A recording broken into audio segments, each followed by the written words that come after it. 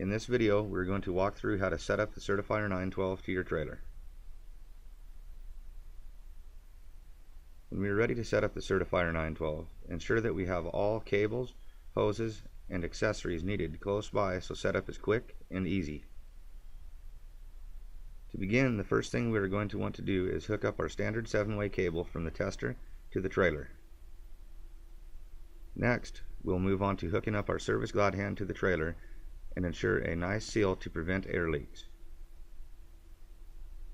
Then we will move on to hooking up our emergency glad hand, and again ensuring a nice tight seal.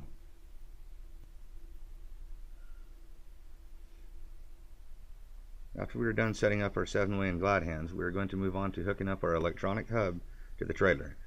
For safety and to ensure that we don't accidentally drop the hub or sensors, I am going to walk these down to the end of the trailer to be set up in a few minutes.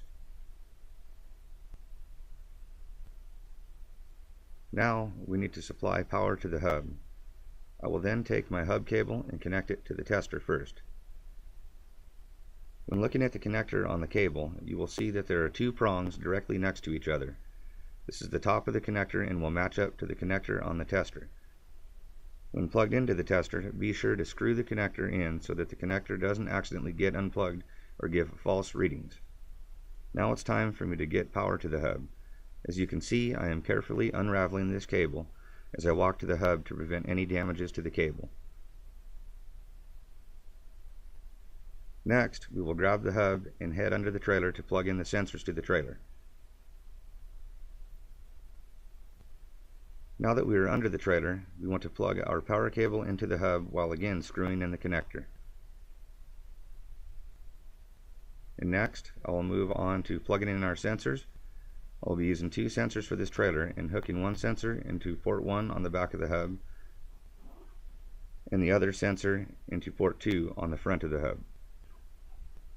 Again, we will want to screw in the connectors to prevent the connectors from getting loose. Now it's time to attach the sensors to the brake chambers. I like to use the ports on the back of the hub for emergency and the ports on the front for service. I am now hooking the sensor from port 1 to the emergency port on the brake canister and the sensor from port 2 to the service side of the canister. You can see in the video that we have the top sensor labeled as emergency and the bottom sensor labeled as service. This is good to remember when setting up the computer software, which we cover in our Testing the Trailer training video. Thank you for watching Lite-Check's training video for setting up the Certifier 912 to the trailer. If you have any questions, please call 800-343-8579.